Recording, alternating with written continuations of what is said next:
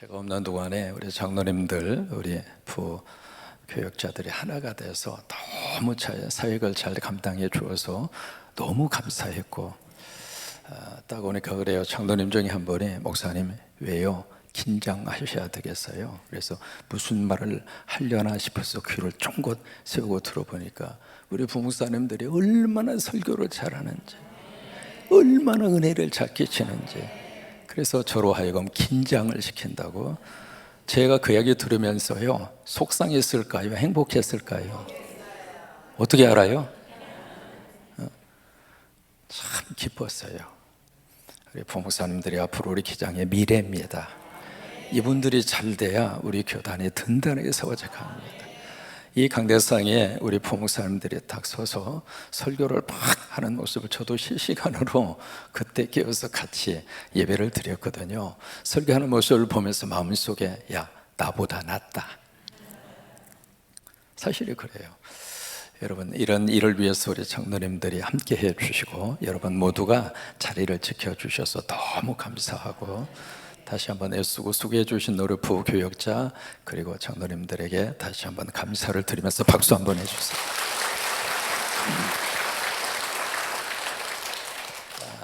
사실 이제 10월 월삭이 좀 늦어졌습니다만 제가 와서 하고 싶어가지고, 그래서 토요일 날임에도 불구하고 같이 이렇게 월삭을 지키게 됩니다. 여러분, 10월 달을 가리켜서 예부터 상달이라고 그랬습니다. 이 상달이라고 하는 말은 12달 가운데 으뜸인 달이다, 그 말이죠. 그리고 가장 최고의 달이고 가장 아름다운 달이다, 그 말이에요. 그런 것처럼 한국의 땅 내려서 밤이어서 잘 보이지 않았지만 그 다음날 보니까요, 완전히 벌판이 무슨 벌판? 황금 벌판으로 물이 들여져 있고 코스모스가 피어져 있고, 이게 여기에 나갔다 들어오면서 가장 느끼는 것 가운데 하나가 여기가 좋다. 참 한국 좋다. 그래서 이제 뼈저리게 느끼게 되는데, 이런 그 황금 벌판이 어느 날 갑자기 황금 벌판의 곡식의 물결로 바꿔졌을까요? 아니에요. 그 여름날 떼약볕에 누군가가 거기에 뿌리고 심고 가꾸고요, 그 과정과 그 시작들이 있었기 때문에 지금 우리 눈에 10월 달에 이 아름다운 모습에 곡식단이 출렁거리는 모습을 볼 수가 있었던 거죠. 그래서 10월 달을 가리켜서 우리가 결실의 계절이다 그러잖아요. 10월 한 달 동안 여러분 다 결실하셔서 자녀들도 결실하고 가정도 결실하고 사업에도 결실이 있기를 바라고요. 그래서 특별히 창세기 14장에 보시면 살렘 왕 멜기세덱이 등장을 하거든요. 거기 아브라함이 전투를 치르고 승리하고 돌아와요. 승리하고 돌아오는 그 아브라함을 살렘 왕 멜기세덱이 가서 그를 환영하고 맞이합니다. 그러면서 14장 19절 말씀에 그 살렘 왕 멜기세덱, 히브리서에 보시면은 이 멜기세덱이 누구인가? 예수님이에요. 예수님이 이제 살렘 왕 멜기세덱으로 그렇게 등장하고 있는데, 그 예수님이 아브라함을 축복하는 그 구절이 창세기 14장 19절입니다. 뭐라고 축복하는가? 천지의 주제이시오 지극히 높으신 여호와여, 아브라함에게 복을 주옵소서. 천지의 주제이시오, 그 단어의 뜻은 하늘과 땅을 창조하신 창조자요, 그리고 이 세상에 가장 지극히 높으신 여호와여, 아브라함에게 복을 주옵소서. 10월 한 달 월삭을 지키는 여러분들에게 이 아브라함 대신에 여러분의 이름을 넣으셔서 하나님, 이 시간 월삭을 지키는 여러분에게 복을 주옵소서. 자녀들에게 복을 주옵소서. 인터넷으로 이 예배에 참여하는 하나님의 종들에게 복을 주옵소서. 할렐루야! 여러분, 복은 누가 주는가? 하나님이 주시는. 땅의 복은 잠시 받아서 누리고 끝났지만은 하늘의 복은 영원합니다. 하늘의 복은 빼앗기지 않습니다. 하늘의 복은 영원히 내 대뿐만이 아니라 우리 자녀들의 대 손주 때까지 우리 성광교회가 이 하나님의 복이 우리 귀한 믿음의 선조들이 받아서 우리에게 넘겨주었고, 우리가 이것을 받아서 그 다음 세대로 넘겨가고, 그래서 우리 성광교회를 섬기는 모든 성도들에게 하나님 복을 주옵소서. 복을 주옵소서. 10월 한 달 그 복이 임하기를 주의 이름으로 축원합니다.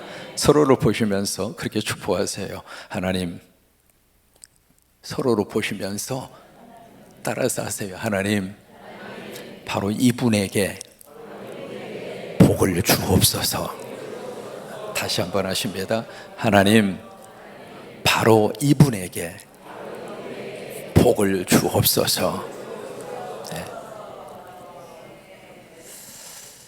오늘 시편 126편 1절에 보시면 여호와께서 시온의 포로를 돌려보내실 때 우리는 꿈을 꾸는 것과 같았다.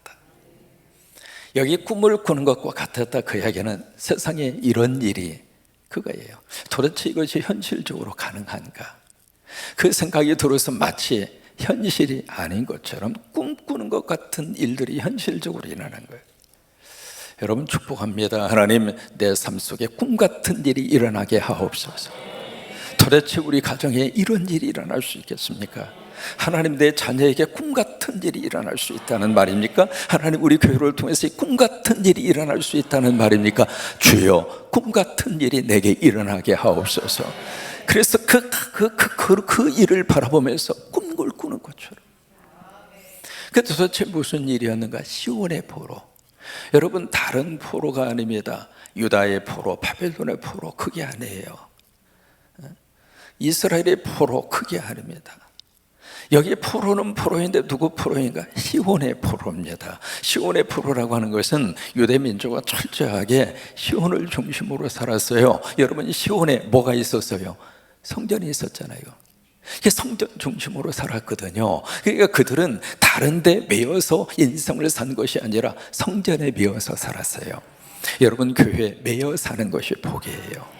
교회에 매여 사는 것이 복이에요. 여러분, 이 재단에 매이시기 바랍니다. 이 재단의 포로가 되시기를 바랍니다.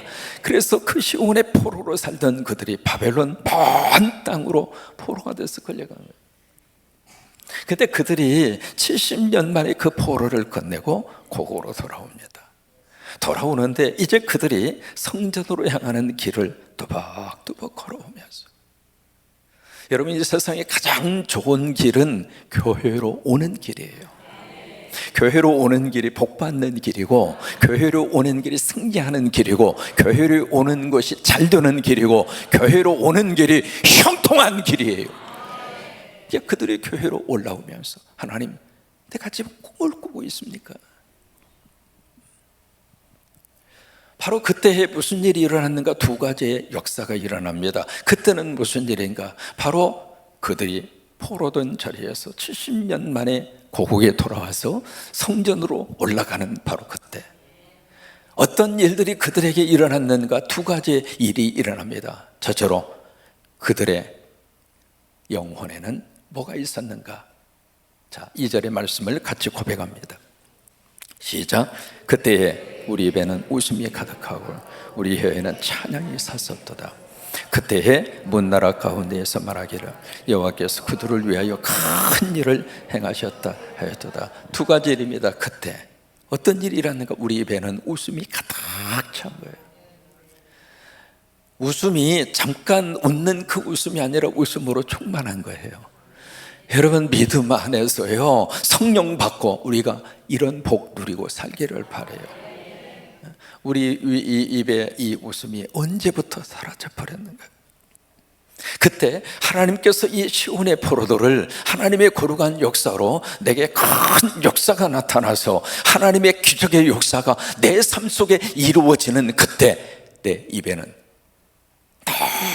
너무 깊은, 그래서 일어나서 웃고 걸으면서 웃고 기도하면서 웃고 예배 드리면서 웃고 입에서 웃음이 떠나지 않는 거예요. 또 하나, 내 혀에는 뭐가 찼어요? 찬양이 찼었다. 이 찬양이라고 하는 말을 영어 번역에서는 그렇게 되어 있습니다. 기쁨의 함성이라고 그랬어요. 그냥 너무 좋아서 그때 하나님의 거룩한 역사가 나타나는 그때 내 입에는 웃음이 가득하고 내 혀에는 찬양이 찼었도다. 여러분, 웃음과 찬양은 성도들의 트레이드마크입니다. 예수 믿어야 찬양할 수 있어요. 예수 믿어야 웃고 살 수 있어요. 예수 믿어야 우리 속에서 이 기쁨이 계속해서 샘솟듯이 솟아나게 됩니다. 10월 한 달 동안 여러분, 이 웃음과 이 찬양이 내 삶 속에서 충만하게 하옵소서. 또 하나 그때에 무슨 일이 일어났는가? 문나라들 가운데 그 사람들은 누구예요? 이방인들이에요. 예수 안 믿는 사람들입니다. 하나님을 섬기지 않는 사람들이에요. 근데 그 사람들이 하나님이 하신 큰 일을 보면서, 야, 하나님이 저들을 위해서 큰 일을 하셨구나. 여러분, 큰 일은 누가 하세요? 하나님이 하시는 거예요. 전라북도를 위해서 하나님이 큰 일을 행하시기를 바라고. 아멘이죠? 대한민국 조국을 위해서 하나님이 큰 일을 하시기를 바라고, 우리 교회를 위해서 하나님이 큰 일을 하시기를 바라고. 그러니까 그것을 딱 보면서 누가 봤는가? 하나님 믿지 않는 사람이, 믿음이 없는 사람이 딱 보니까 성광교회 성도들이 하나님이 크게 역사하시거든. 아멘이다 이 말이요. 하나님이 이 교회에 큰 일을 하고 있다 이 말이에요. 여러분, 저는 로비에 들어올 때마다 이건 하나님이 하신 일이다. 105개의 십자가를 누가 세웁니까? 우리 대한민국 안에서 이렇게 하나님의 쓰임받는 교회가 성광교회 말고 또 있으리라고 믿어요.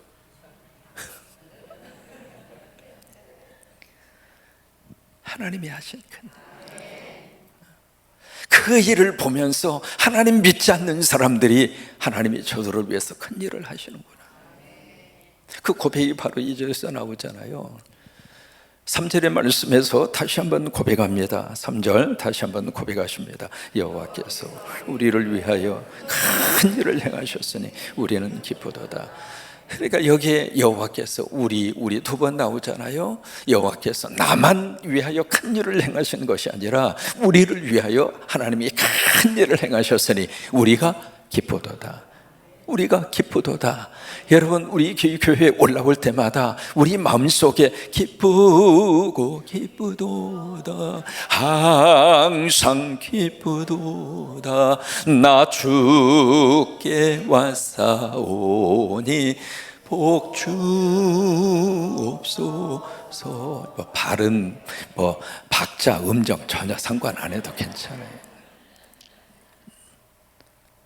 하나님 우리를 위하여 큰 일을 행하셨으니 우리는 기쁘도다. 여러분, 이 믿음으로 사는 거예요. 현실은 그런 것들이 보이지 않는다 할지라도 우리는 믿음으로 그걸 보고 사는 거예요. 우리는 믿음으로 그것을 보고 인정하고 고백하고 사는 거예요. 그래서 4절 말씀에 아직 포로된 상태에서 돌아오지 않는 사람들이 있거든요. 그 사람들을 위해서 4절에 그렇게 하나님 앞에 기도합니다. 뭐라고 기도하느냐면 여호와여.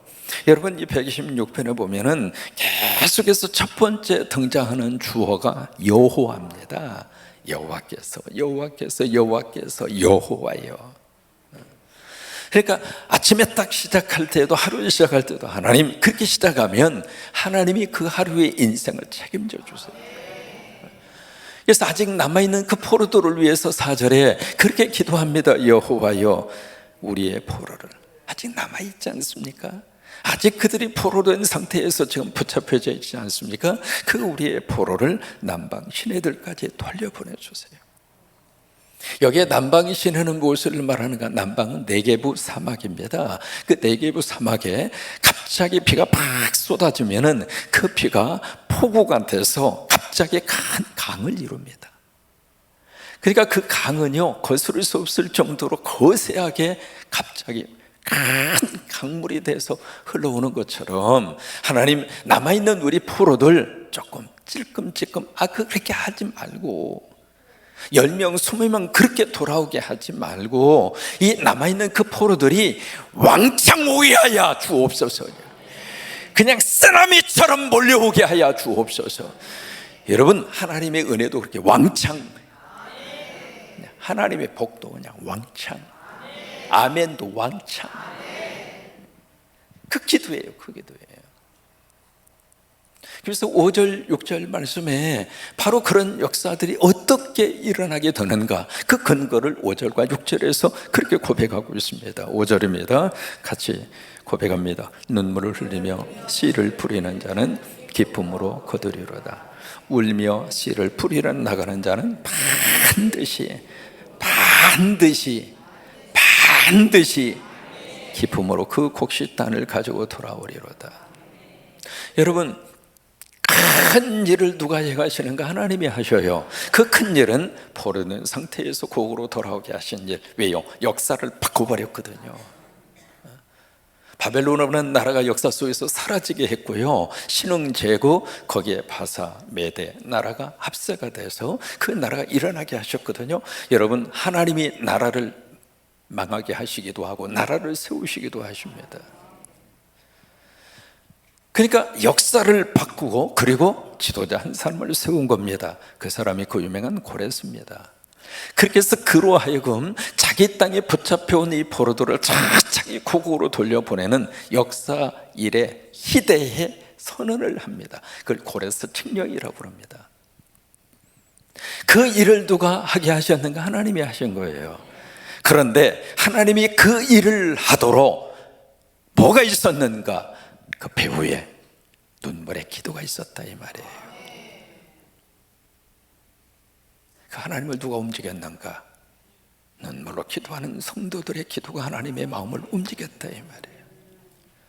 그냥 하나님이 갑자기 어느 때가 돼서 고레스의 마음을 감동해서 그로 하여금 역사적인 일을 하도록 하나님이 주도적으로 일을 하신 것은 맞지만, 그렇게 하나님이 움직이도록, 그렇게 하나님의 역사 속에서 역사하도록 성도들이 위하여 눈물로 기도하고 울면서 씨앗을 뿌렸다, 이 말이에요. 여러분, 앞으로도 마찬가지입니다. 살면서 울 일이 참 많습니다. 이게 참 희한해요. 큰애가 지금 2살, 한 달 됐거든요. 니코라고 하는 이 손주가. 그 전날 둘이 딱 앉혀놓고 설명을 했습니다. 설교하듯이, 아빠 엄마가 오늘 저녁이 마지막 밤이다. 2살짜리 놓고. 그래서 아빠, 이 할아버지, 처음에는 할아버지 그랬더니 할머니는 발음이 정확한데, 왜냐하면 한 달 전에 가서 뇌물을 이미 다 먹였거든. 근데 할아버지는 할아버지 하니까 하지 그래요. 하지. 난 무슨 하지 감자 이야기하는 줄 알았어. 하지 그러다가 조금 이렇게 익숙해지니까 이제는 할아버지를 할자가 없어지고 아버지. 그러더니 조금 더 세월이 흐르니까 이제는 할아버지 비슷하게 발음을 해요.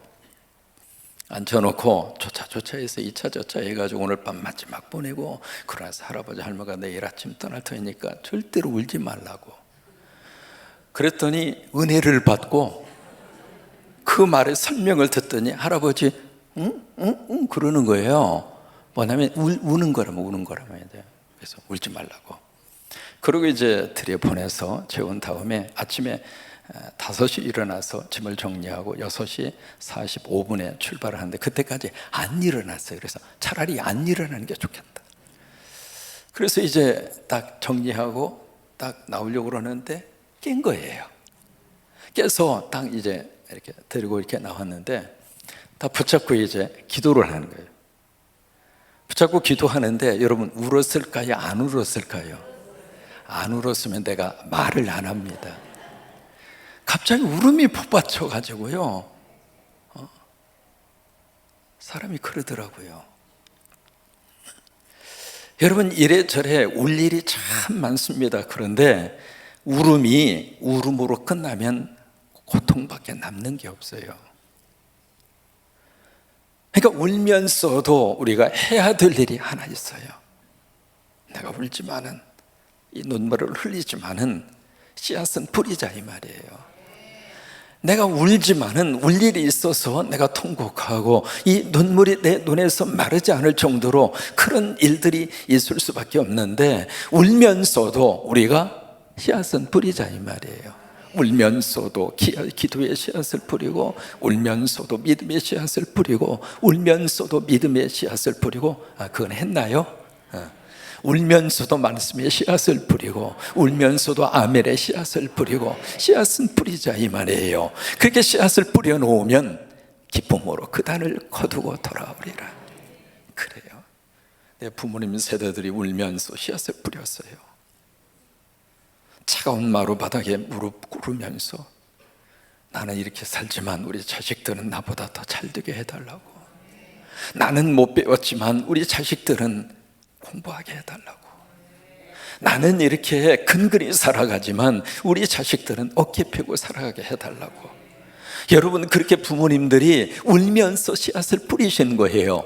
그 씨앗을 뿌려서 그 열매가 오늘 여러분에게 나타나는 거예요. 이제 우리가 울면서 씨앗을 뿌립시다.